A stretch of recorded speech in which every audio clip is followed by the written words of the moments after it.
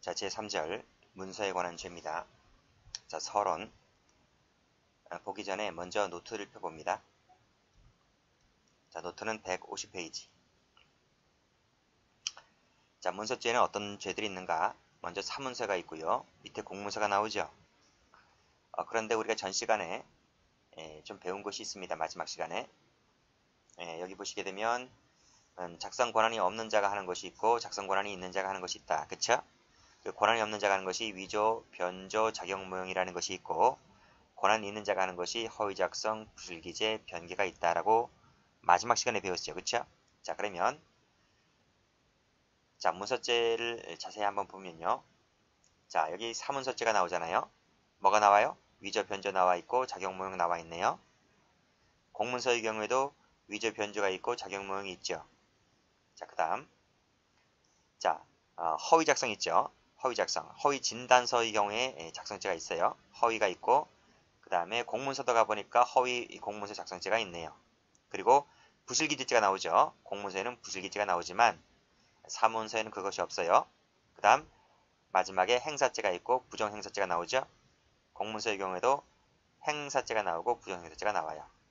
자, 그런데 뭐가 하나 또 있네요. 그치? 전자기록 있죠. 전자기록. 전자기록이 사전자가 있고 공전자가 있는데 사전자기록 위작변작죄가 나오고요. 밑에 보면 공전자기록 위작변작죄가 나와요. 자, 이것이 문서죄에 있는 죄의 전부인데 이 모든 죄는 미수가 있고 목적범이 있다. 미수가 있고 목적범이 있다는 거예요. 자, 그런데 제가 통화죄하고 유가증권 할 때 설명드렸는데 끝에 행사가 들어가는 거 있죠. 끝에 행사로 끝나는 말들, 공문서도 끝에 행사로 끝나는 죄들, 이런 죄들 경우는 목적범이 아니다는 점은 여전히 똑같죠. 그쵸? 자, 근데 문서죄의 경우는 또 있어요. 허위 진단서 작성죄 할 때 이 진단서 있죠. 진단서도 목적범이 아니에요. 자, 그 다음 공문서 같은 경우에 이 부실기재죄 있죠. 이 부실기재죄도 목적범이 아니다 이거예요. 그럼 목적범이 아닌 것이 몇 개 있어요? 3개가 있는 거예요. 각종 행사죄, 그 다음에 허위 진단서 작성죄, 그 다음 공정증서 원본 등 부실기재죄, 이 3가지는 목적범이 아니다는 것을 꼭 좀 기억해 두셔야 돼요. 자, 또 여기 있는 모든 죄는 전부 다 미수를 처벌한다 했지 않습니까? 그런데 미수를 처벌하지 않는 것이 딱 하나 있어요. 그것이 사문서 등 부정행사죄가 있는데 이 조항은 미수가 없다. 나머지는 100% 미수가 있다. 이것도 기출입니다. 자, 됐죠? 자, 그러면 다시 교재를 와보세요. 자, 서론 보세요. 이것도 추상적 위헌범위예요. 그러니까 통화, 유가증권, 문서죄는 전부 다 추상적 위헌범위다. 목적범이며 미수를 처벌하는데 예외가 있다 했습니다. 1번 체크하시고 2번 체크하시고 빨간 펜 들이시고 행 동그라미 치시고 진 동그라미 치시고 부 동그라미 치시고 목적범이 아니다. 기출 많이 됐습니다. 특히 경찰 시험에서 기출 많이 되었기 때문에 정리해 두셔야 돼요. 다음 중 목적범인 것은 못 개인가 할 때 출제가 꼭 됩니다. 행진부 이렇게 외우시고요. 두 번째는 이 사문서 부정행사죄예요. 사문서 부정행사죄는 미수처벌 조항이 없다. 공문서는요? 있어요. 사문서만 없어요. 사문서 부정행사죄만 없다. 정리해 두시고 자, 그 다음 본질이 나와 있는데 형식주의, 실질주의, 유형위조, 무형위조 이렇게 나와 있죠. 자, 여기서 노트를 다시 한번 펴보세요. 노트를 펴보시면 자, 유가증권에서 보았던 위조, 변조, 작용모형 그치? 이 3가지는 권한이 없는 자가 하는 것이다. 그치? 이것을 뭐라 부르는가 하면 형식주의 또는 유형위조 이렇게 불러요. 유형위조. 그 다음 허위작성, 부실기재, 변개는 권한 있는 자가 하는 거잖아. 권한 있는 자가 허위 내용을 쓰는 거잖아요. 이것은 실질주의라 부르고 무형위조 이렇게 불러요. 됐어요? 됐어요. 자, 그러면 다시 교재를 와보세요. 형식주의, 실질주의. 실질주의는 내용을 본다. 내용을 따진다. 형식주의는 내용을 따지는 것이 아니라 성립의 진정을 갖고 따진다. 즉 권한이 있는 자가 한 것이냐 권한이 없는 자가 한 것이냐. 그 중에서 권한 없는 자가 하는 것을 형식주의라고 본다. 그래서 형식주의는 문서 작성 명의가 진정이라면, 그치? 명의가 진정이라. 이 명의가 진정이면 내용이 허위라 할지라도 위조는 아닌 것이고, 명의가 허위라면 내용이 진실이든 아니든 상관없이 그건 위조가 되는 거예요. 그래서 명의가 진짜냐, 명의가 가짜냐 이것만 따져요. 내용은 묻지 않고 명의가 진짜냐, 명의가 가짜냐. 그래서 형식만 따진단 말이에요. 됐죠? 자, 실질주의라고 하는 것은 내용을 따져요. 내용이 진실이면 위조가 아니고 내용이 허위면 그건 위조다. 형식, 명의 자체는 따지지 않고 내용만 갖고 따져요. 이것을 실질주의다 이렇게 불러요. 됐지? 그래서 이 형식주의에 해당하는 것이 유형위조이고요. 실질주의에 해당하는 것이 무형위조인 거예요. 그래서 유형위조를 보게 되면 권한이 없는 자가 타인 명의를 모형해서 문서를 만드는 거지. 그치? 그래서 형태를 있게 만든다. 유형위조 이렇게 부르고, 권한 있는 자가 진실한 반하는 내용의 문서를 작성하는 것을 무형위조라고 한다. 그래서 우리 형법에서는 위조, 변조, 작용 모형을 유형위조 이렇게 부르고요. 허위작성, 변개, 부실기재를 무형위조 이렇게 불러요. 됐지? 그래서 다시 한번 노트를 정리해보면 여기 형식주의와 유형위조는 같고요. 실질주의와 무형위조는 같아요. 됐어요? 자, 그럼 우리 형법의 태도는 어떨까? 형법의 태도는. 우리 형법은요. 이 공문서 있잖아. 공문서 위조, 변조, 작용 모형, 허위작성, 부실기재 다 있잖아요. 그래서 우리 형법에서 공문서는 이 6개, 위에 3개, 밑에 3개를 전부 다 처벌해요.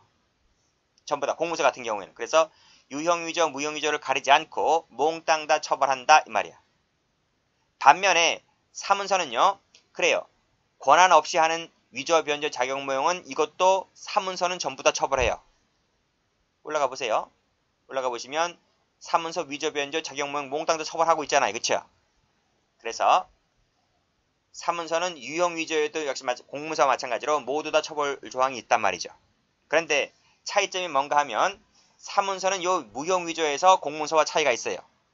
사문서는 무형위조는 원칙적 처벌 조항이 없어요. 근데 예외가 하나 있습니다. 진단서. 의사가 허위 진단서 끊지 그 진단서만큼은 예외적으로 무형위조라도 처벌 조항이 있단 말이죠. 됐어요? 결론이 뭐냐? 따라서 형법은 형식주의가 원칙이다. 왜? 형식주의는 이 부분이잖아. 그치? 이 세 가지는 공문서, 사문서를 가리지 않고 몽땅 다 처벌하는 조항이 있잖아요. 그래서 형식주의가 우리 형법은 원칙이고 예외적으로 실질주의를 가미하고 있다. 이것이 우리 형법의 태도입니다. 됐죠? 교재를 다시 한번 봐보세요. 자, 이 형법의 태도도 시험에 나온 적이 있습니다. 공문서 같은 경우에는 유형위조, 무형위조를 불문하고 모두 처벌 조항이 있다.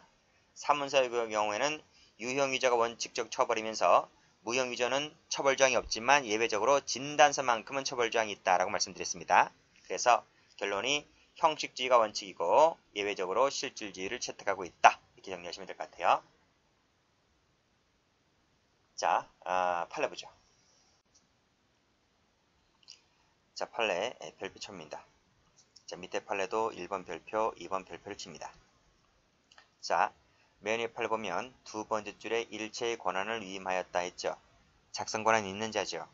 밑에 동그라미 1번도 권한을 피고인에게 위임했다 했으니까 작성 권한이 있는 자죠.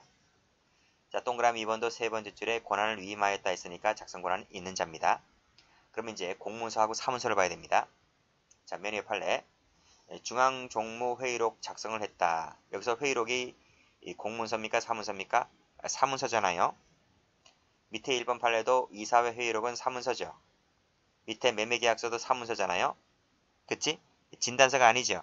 그러면 작성 권한 있는 자가 허위 작성했을 때 허위 진단서 작성세만 처벌하는 것이 현행법인데 이 회의록, 매매계약서는 사문서인데 진단서가 아니잖아요. 그렇죠? 현행법상 처벌 조항이 있어요? 없어요? 없단 말이죠. 그렇죠? 자, 판결문지 보시면 참석한 바 없는 소외인이 참석하여 사회까지 한 것으로 기재를 했다. 이 부분이 허위 작성입니다.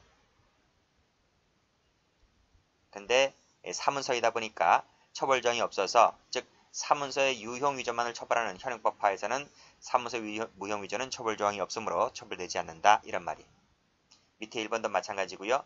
밑에 2번도 마찬가지인 거예요. 전부 다 허위 작성이에요. 자, 문서죄의 개념. 자, 문서가 되려면 계속성, 증명, 그 다음에 명의자가 표시가 되어 있을 때 이 세 가지가 모두가 구비가 되어 있을 때 문서가 됩니다. 자, 팔로 보죠. 문서라 하는 것은 검은색 할까요? 원본, 그 다음에 복사본도 됩니다. 그 점에서 전 시간에 배웠던 유가증권 행사죄가 좀 달라요. 우리 법조문도 237조 2라고 해서 복사문서의 문서성을 인정한 조문이 있습니다.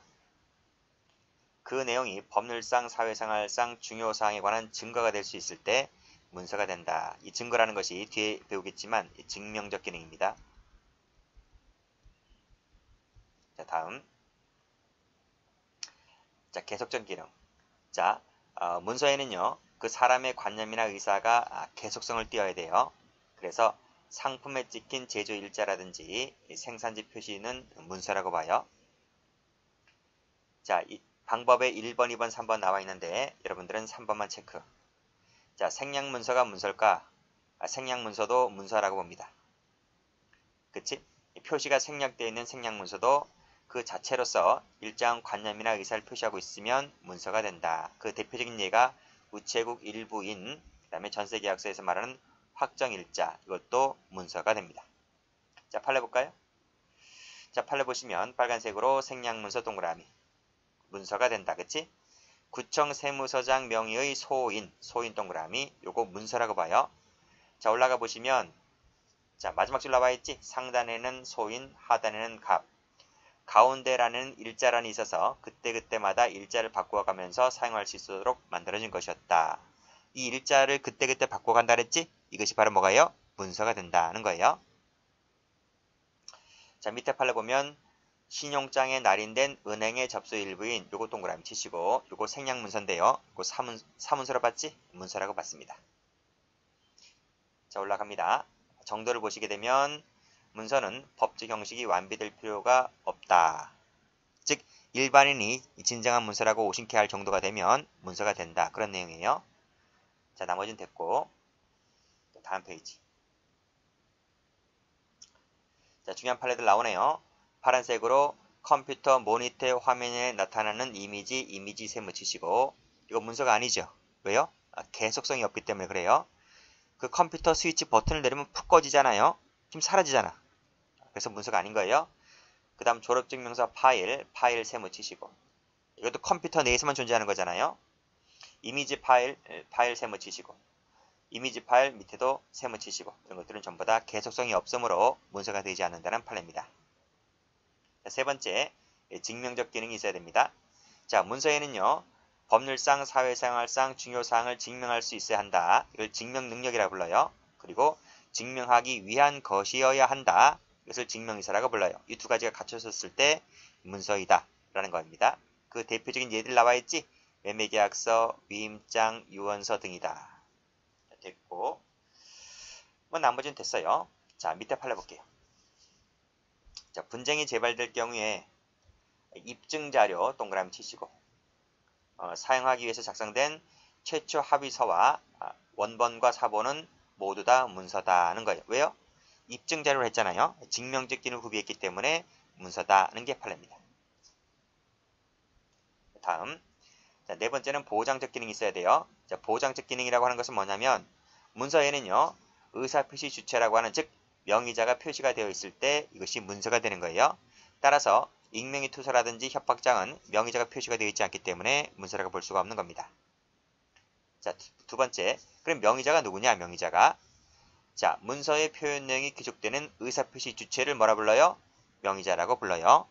자, 이 명의자는 반드시 문서의 실제 작성자와 일치하는 개념이 아니지. 그쵸? 자, 밑에 판례 볼까요?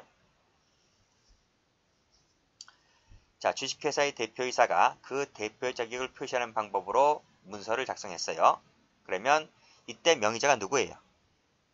대표이사예요? 회사예요? 이때 대표이사는 위에 나와 있는 문서의 작성자잖아요. 작성자. 그치? 대표이사가 대표의 자격을 표시하는 방법으로 작성된 문서. 그 효과는 누구에게 귀속돼요? 대표이사에 귀속되어 이 회사에 귀속돼요. 이 회사에 귀속되는 거예요. 그래서 이때 명의자는 누구를 명의자로 한다? 대표이사가 아니라 주식회사가 명의자가 된다는 게 판례입니다. 됐지? 자, 올라가서 동그라미 2번 명의자의 특정 나와 있네요. 자, 명의는 특정되어 있어야 됩니다. 그렇지만 특정이 되었다면 반드시 그 사람의 서명이나 날인이 있어야 하는 것이 아니다. 봤죠? 일반 사람이 보았을 때 그게 누구인지 대충만 알 수 있다고 하면 이 문서라고 봐줍니다. 자, 판례 볼까요? 자, 문서 속에 작성 명인이 명시적으로 명시가 되어 있지 아니하다 할지라도 내용이라든지 형식이라든지 체제 등에 비춰서 문서 자체에서 그 명의자가 명의자가 누구인지만 판별될 수가 있다면 굳이 이름을 쓰지 않다 할지라도 명의자가 대충 누구인지는 알 수가 있기 때문에 사문서 유죄의 객체가 된다는 게 판례입니다. 자, 그 다음 중요한 부분 나오네요. 자, 실제성 여부 별표 치시고 원본성 여부 별표 치시고. 자, 먼저 실제성 여부 볼게요. 자, 과연 명의자는 그러면 과연 살아있는 실제 존재하는 사람이어야 하는가와 관련해서 우리 판례는요. 그렇지 않대요. 즉 사자나 죽은 사람입니다. 허무인 명의 문서라 할지라도 문서가 된다는 것인데 그러려면 일정한 조건이 있어야 돼요. 자, 그게 무엇인가 하면 일반인이 봤을 때 진정한 문서라고 오신케 할 정도가 된다면 그것이 실제 그 사람이 살아있는지 여부를 불문하고 문서가 된다. 즉 일반인이 진정한 문서라고 오신케 할 정도가 된다면 그 사람이 그 명의자가 사자이든 허무인이든 가리지 않고 문서라고 보는데 이러한 법리는 공문서이든 사문서이든 가리지 않는다는 것이 중요한 거예요. 자, 판례 볼까요? 자, 밑에 나와 있습니다. 밑에 판례 별표. 문서죄에서 제일 중요한 판례 중에 하나입니다.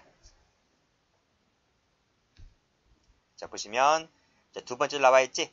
일반인으로 하여금 당의 명인의 권한 내에서 작성된 문서라고 믿게 할 수 있을 정도의 형식과 외관을 갖추고 있다면 문서죄가 되는 것인데 이와 같은 요건을 구비하였다면, 그치? 요게 중요한 거예요. 이와 같은 요건을 구비하였다면 그것이 공문서이든지 사문서이든지 가리지 않고 빨간색으로 허무인 동그라미, 사망자 동그라미라 할지라도 문서죄의 객체가 될 수가 있다는 논리. 아시겠죠?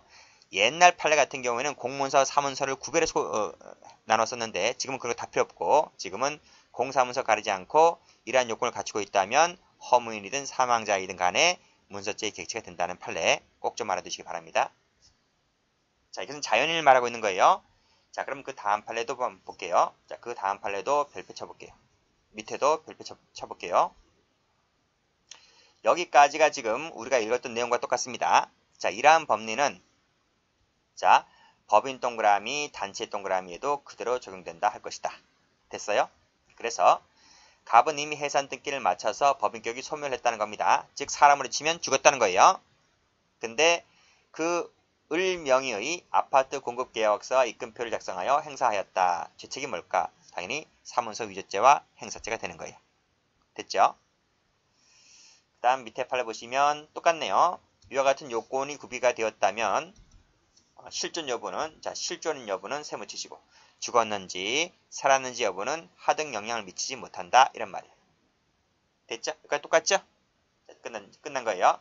자, 그런데 2번이 하나 있네요. 2번은 뒤에서 배우겠지만 중요 부분에 변경을 가하잖아요. 그래서 완전히 새로운 별개의 문서를 만들잖아요. 그것은 위조라 그래요. 위조.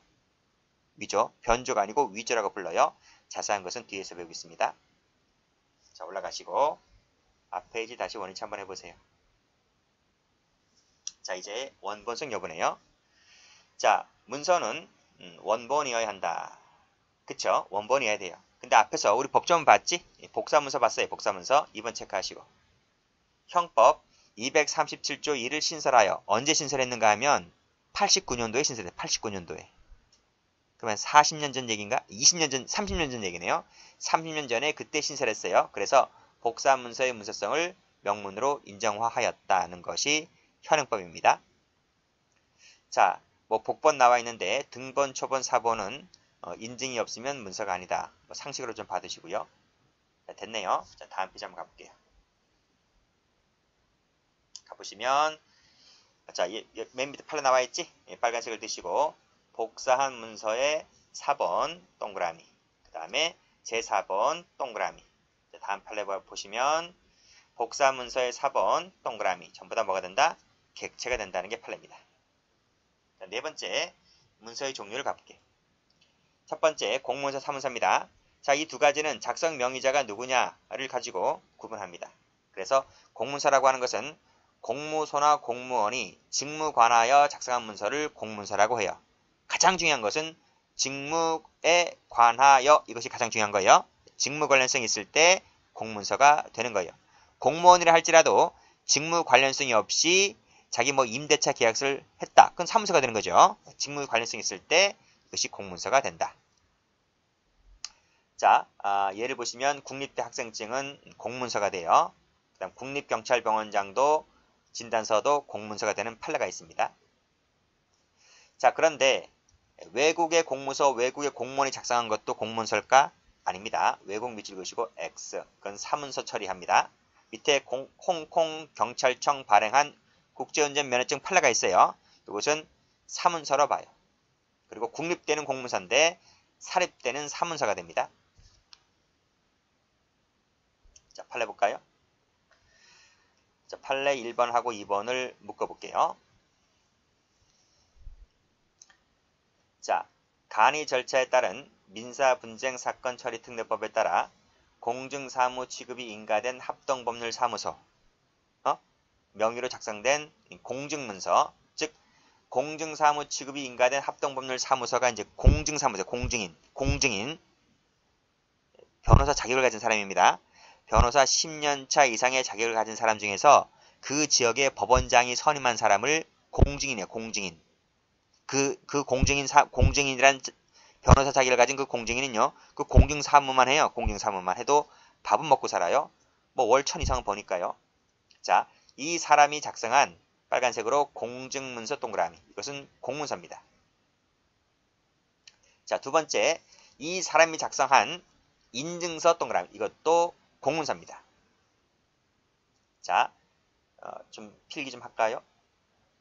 자, 사서증서라는 것이 있어요. 사서증서. 사서는 한자로 개인이지, 개인. 개인이 쓴 증서. 계약서야, 계약서. 이 민간인이 쓴 거예요, 민간인이. 이거 사문서입니다.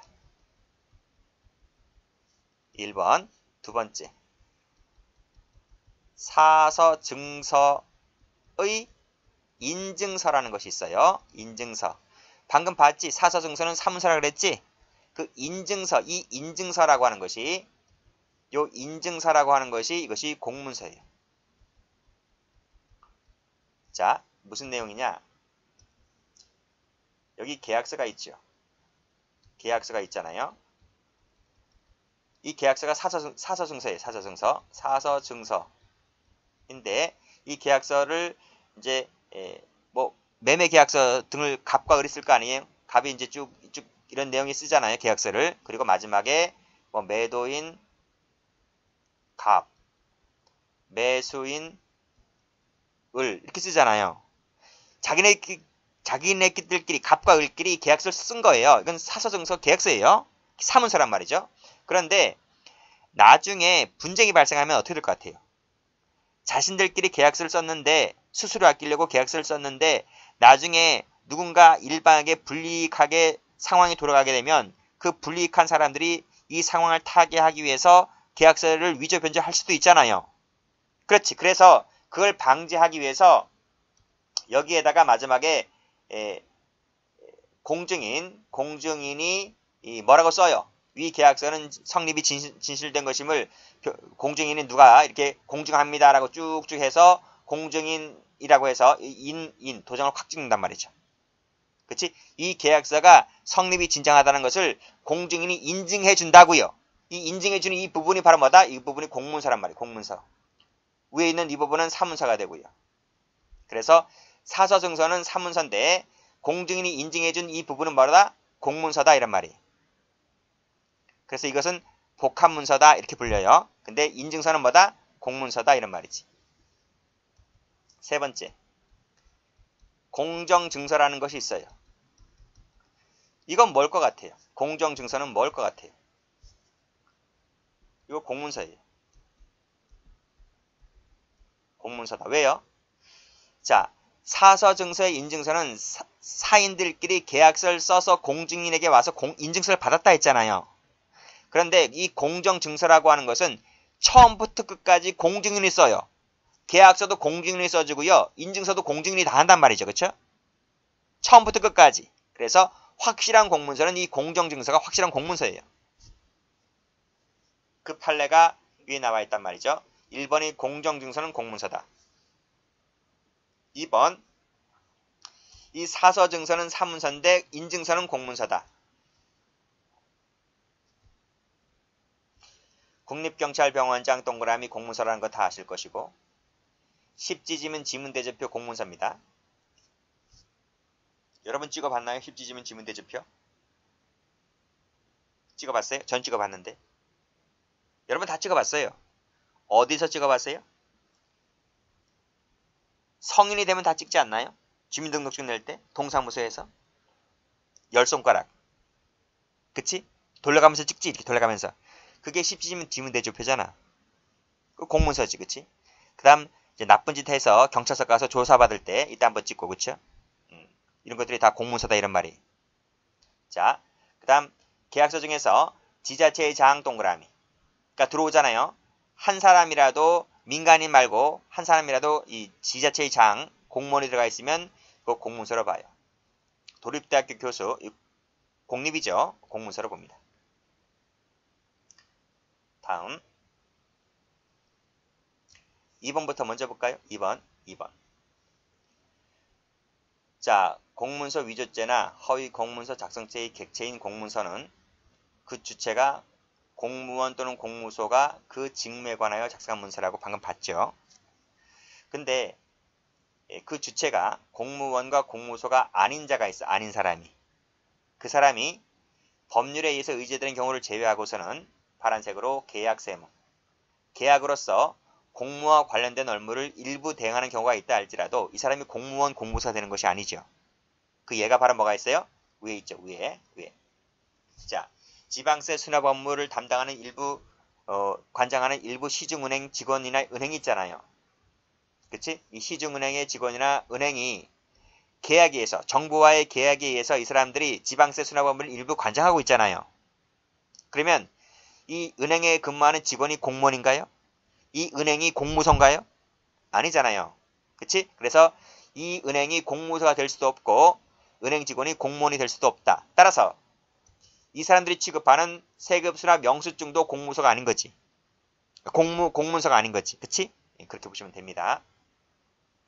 자, 공단이 해양수산부 장관을 대행하여 이사장 명으로 발급하는 이 선박 검사 증서, 이거 세무. 이것도 그런 측면에서 공문서가 아니다.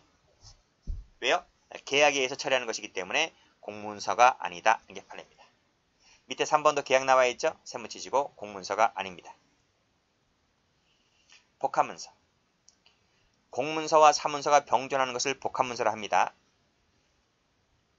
그래서 임대차 계약서는 사문서인데 확정일자는 어디 가서 받아요? 동사무소가 받지? 동사무소 가서 받지? 이건 공문서가 되는 거예요. 그래서 합쳐진 것이니까 복합문서가 되는 겁니다. 자, 밑에 판례 볼까요? 밑에 판례에서 2번 별표 치시고 밑에 거 별표 쳐보시고 자, 봅니다. 자, 교원 실태 조사 카드라는 게 있는데요. 이 교원 실태 조사 카드에는 이 교사 명의로 된 부분이 있고요.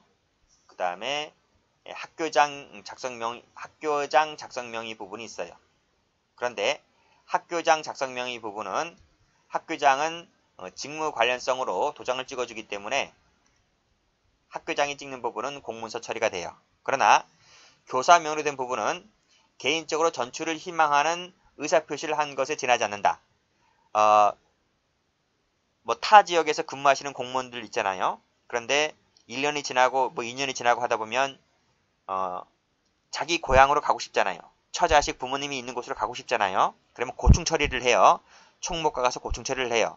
나는 이러이러한 이유로 인해서 내 고향 쪽으로 가고 싶다. 근데 그 부분이 직무 관련성이 있는 게 아니잖아요. 이건 직무 관련성 처리하는 것이 아니고 개인의 사적인 부분이 반영되었기 때문에 이 교사 명의로 된 부분은 직무 관련성이 없으므로 이것은 사문서이지 공문서가 아니란 말이에요. 그러나 그 학교장이 직인을 찍어주는 부분은 직무 관련해서 직원 찍어주는 부분이 있기 때문에 이것은 공문서가 된다는 것이 판례입니다. 그래서 밑에도 보면 교사명이 나와 있나요? 세무치입니다.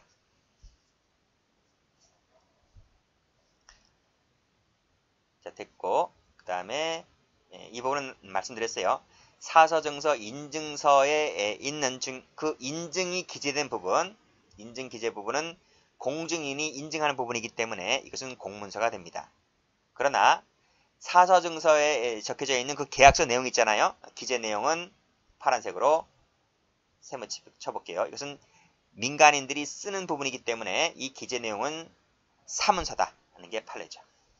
그래서 이 기재 내용을 일부 변조한 것은 사문서 변조죄가 돼요. 그래서 어느 부분을 바꾸었는가를 잘 보셔야 돼요. 인증 기재한 부분을 바꿨는가, 기재 내용을 바꿨는가를 보시면 되는데 판결 요지대로 나오기 때문에 판결 요지대로 공부하시면 돼요. 응용해봤자 사문서 변조죄를 공문서 변조죄로 바꾸는 것이 답니다. 다음. 자, 역시 복합문서 관련된 판례죠. 자, 주치운전사 적발보고서, 주치운전자 정황진술 보고서. 이건 뭐죠? 공문서가 되죠. 그런데 운전자란에 이름을 적는 부분이 있는데 이 운전자란은 이 타인의 서명이 들어오는 부분이기 때문에 이건 사문서 처리가 됩니다. 자, 2번 판례. 인감증명서는 공문서죠. 공문서죠. 근데 인감을 뗄 때, 동사무소 가서 인감을 뗄 때 그 용도란에 적는 부분이 있어. 부동산에 관련된 인감증명서를 떼잖아요. 그러면 그 용도란을 적는 부분이 있는데 요 사용 용도란 세모 치시고, 요거는 인감을 떼는 공무원이 적는 부분이 아니고 인감을 떼는 이 개인이 떼는 거예요. 개인이 적는 부분이란 말이죠. 개인이 적어서 제출을 하는 거예요. 이건 개인, 민간인이 적는 부분이기 때문에 요 사용 용도라는 사문서지 공문서가 아닌 거예요. 앞에 있는 인감은 공문서지만 사용 용도라는 개인이 적는 부분이기 때문에 사문서라고요. 그래서 마지막 줄에 공문서 변조가 된다 그러면 이 부분이 틀린 부분이란 말이죠. 변조 공문서 행사죄 할 때 공문서가 된다고 하면 틀리단 말이죠. 자, 다음. 자, 가정법원 서기관 등이 이혼의사 확인서 등본을 작성한 다음 당사자 쌍방에 교부하면서 이혼신고서 확인서 등본 뒤에 첨부를 하였다. 자, 확인서 등본이라지. 등본은 공문서야 사문서야? 공문서잖아요. 근데 그 뒤에 뭐를 첨부했다는 거야? 첨부한 부분이 이혼신고서 아닌가요? 이혼신고서는 사문서야 공문서야? 이건 사문서잖아요. 등본은 공문서고요. 그치? 뒤에 첨부를 했대.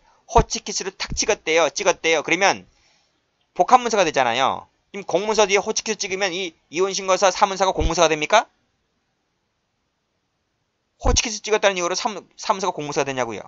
아니잖아요. 그래서 이때 파란색으로 색깔 칠해진 부분 이혼신고서 세무 쳐봐요. 이것이 첨부가 되어 있다는 것만으로 공문서의 일부가 되었다고는 볼 수가 없는 것이다. 따라서 당사자가 그 등본 공문서라 있습니다. 등본과 간인으로 연결된 이 이혼신고 세무 치시고 떼어냈다는 거예요. 뭘 떼어냈어요? 사문서를 떼는 거예요. 공문서 뒤에 붙어있는 사문서를 떼는 거예요. 그래서 다시 다른 신고서를 작성하여 함께 호족관서에 제출하였다 할지라도 이 부분이 공문서를 변조했다고는 볼 수가 없다 이런 말이에요. 왜? 여전히 이건 사문서니까. 그쵸? 그래서 뭘 떼었다 붙였는지 잘 받으시고 어느 부분에다가 공문서에다가 기재를 썼는지 바꿔 썼는지 사문서에다가 바꿔 썼는지를 잘 받으시고요. 그래서 이 모든 것들이 전부 다 운전자란, 사용용도란, 이혼신고서, 이 세무친 것이 전부 다 사문서 쪽이기 때문에 사문서로 가야지 공문서로 가서는 안 된다는 것이 판례입니다. 자, 도화 갑니다. 자, 지적도를 말해요. 지적도라든지 이 신체도라든지 이 담배값 등이 이 도화인데 이 도화도 문서가 될 수가 있어요. 사람의 관념 의사가 표시된 물체를 말한다고 했기 때문에 판례 봅니다. 담배값에 보면 특유의 도안이 있죠. 그치? 그 특유의 도안이 표시가 되어 있다라고 했을 때 이것도 문서가 된다는 거예요. 빨간색으로 담배값 동그라미. 이것도 도화인데 도화 중에서 무슨 도화? 사도화죠. 공도화가 아니지. 담배 우리나라에서 어디서 만들지? KTNG라는 사기업체가 만들잖아요. 그래서 사도화다 이런 말이에요. 여기까지 합니다.